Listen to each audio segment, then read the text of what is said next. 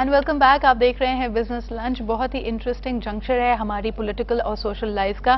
Every one who is alive today and watching television you can see that the history is in the making.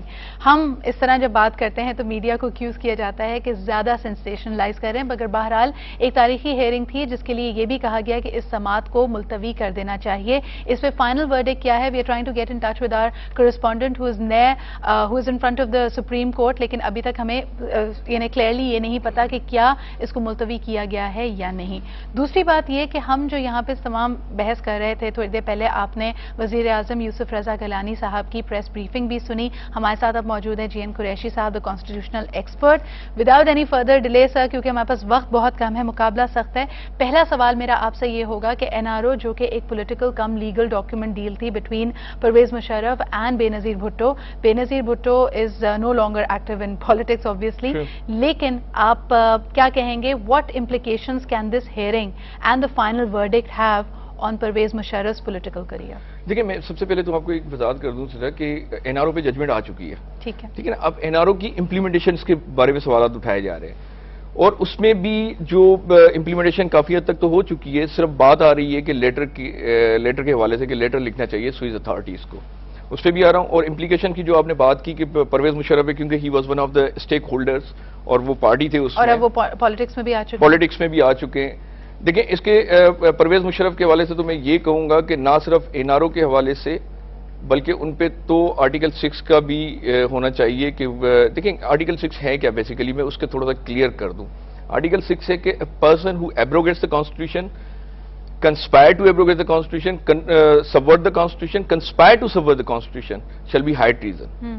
اب subversion کی آپ dictionary میں meaning اٹھا کر دیکھ لیں کہ subversion ہوتا ہے کیا ہے.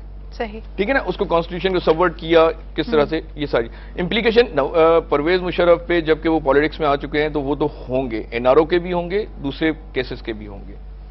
این آر او آیا کیوں, این آر او کی کیوں ضرورت پڑی ان حالات میں؟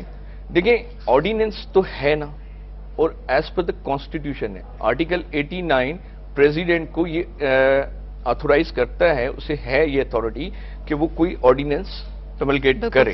اچھا, آپ قریشی صاحب یہاں پہ کیونکہ ہمارے پاس وقت کم ہے, آپ سے یہ بھی جاننا چاہوں گی, بہت بات کی جا رہی ہے پریزیڈینشیل امیونٹی کے حوالے سے, اور سارا اب آج کی جو سمری یہی کہی گئی تھی کہ the summary should say that the cases should be reopened signed by the prime minister. لیکن اب بات یہاں پہ یہ سامنے آ رہی ہے کہ انہوں نے پریزیڈینشیل امیونٹی کو ہی پلی کیا ہے.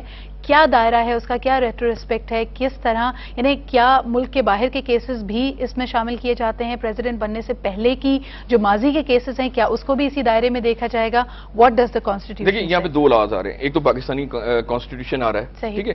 پاکستان کانسٹیٹیوشن میں آرٹیکل 248 ہے, کلیئر ہے, اس میں کوئی ایمبیگوٹی نہیں ہے, اس میں کوئی ابہام نہیں ہے. اچھا, اس حوالے سے میں آپ کو بتا دوں کہ دوسرا جو قانون آ رہا ہے وہ انٹرنیشنل لا آ رہا ہے, اسٹیٹ امیونٹی ایکٹ 1978. اس کا سیکشن 14 اگر آپ پڑھیں تو اس میں لکھا ہوا ہے کہ ہیڈ آف دا اسٹیٹ کو نہ صرف کرمنل پر سول کیسز میں بھی امیونٹی حاصل ہے. تو وہ امپینڈیمنٹ ہے, وہ ایک قسم کی ہے کہ وہ آپ لیٹر لکھنے پہ روک رہے ہیں. جہاں تک 248 کا ہے تو میں یہاں پہ بیٹھ کے انٹرپریٹیشن کروں یا لائرز بیٹھ کے کریں, وہ ایک الگ معنی رکھتی ہے. سپریم کورٹ کی ججمنٹ کا میں آپ کو ایک ریفرنس دے دیتا ہوں. جب 17th امینڈمنٹ کو چیلنج کیا گیا تھا تو اس کی ججمنٹ کی پیرا نمبر 75 میں کورٹ کی آبزرویشن کیا ہے؟ The court will perform its constitutional duty. It will interpret the provisions of the constitution according to its plain meaning. If the words are clear and unambiguous, it needs no external aid for the interpretation. تو یہ جو کہا جا رہا ہے کہ interpretation کے لیے ہمیں جانا پڑے گا, کلیم کرنا پڑے گا, نہیں, کلیم نہیں کرنا پڑے گا. ورڈز اگر کلیئر ہیں تو اس کے لیے کلیم کرنے کی ضرورت نہیں. یہ میرا اوپینین ہے, without holding the brief of any party. Thinking about this, کیونکہ اکثر ہم جب ان آرٹیکلس کی بات کرتے ہیں جو اصل روح ہوتی ہے, the reason why they were there in the first place, وہ کمپرومائز ہوتا ہے. آپ مجھے یہ بتائیں کہ پریزیڈینشیل امیونٹی ایک بالکل صحیح چیز ہے, بیکاز obviously جو ہیڈ آف دا اسٹیٹ ہے اس کا ایک تقدس ہے, اس کی ایک رسپیکٹ ہے, اس کی ایک پوزیشن کی, he is a symbol of unity. Absolutely. لیکن کیا ہم اس کو کہہ رہے ہیں کہ he is above all law? Is that what the presidential immunity says? Nobody should be above the law, نا. Absolutely. اگر ہم اسلامک انجیکشنز اٹھا کر دیکھ لیں یا ویسے بھی کہہ لیں, nobody is above the law.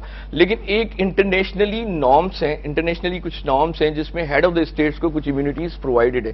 یہ صرف پاکستان میں نہیں ہے, یہ انٹرنیشنلی ہر ہیڈ آف دا اسٹیٹ کو. مائی کوشچن اسٹیز سر کہ if there is a mistake اور دیر از سم لیگل پروسیڈنگ جو ابھی پینڈنگ تھی، جس طرح کہ ان کیسز کے معاملے میں، کیا ایسے کیسز کو فائل ہی نہیں کرنا چاہیے پھر، یا ان کو یعنی what should be the method to deal with them then? کس قسم کے کیسز میں، جیسے یہ سوئس کیسز کی اگر ہم بات کریں، دیکھیں سوئس کیسز وغیرہ جو ریٹروسپیکٹیولی اگر ہم بات کریں کہ پریزیڈنٹ بننے سے پہلے تھے، تو 248 میں کلیئرلی لکھا ہوا ہے کہ جو پہلے کے کیسز بھی ہیں اور جو چل رہے ہیں یا جو کنٹینیو بھی ہو رہے ہیں وہ بھی نہیں ہوں گے. تو اس میں ریٹروسپیکٹیولی بھی ڈسکس کیا ہوا ہے، وہ بھی نہیں ہوں گے. اب مجھے نہیں پتا، اب سپریم کورٹ کی ججمنٹ ہے.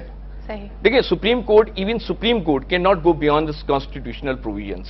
That is something that the prime minister also keeps emphasising. Article 175 انہوں نے کہا کہ جی آئین میں تبدیلی کا حق صرف اور یعنی سپریم کورٹ کا اس سے کوئی تعلق نہیں ہے. اس سے کیا مراد ہے ان کی؟ What does that statement encompass? Sidra, ہمارے یہاں کچھ ماڈلس ہیں انٹرنیشنلی. ایک تو ہے سیپریشن آف پاور، دوسرا ہے فیوژن آف پاور.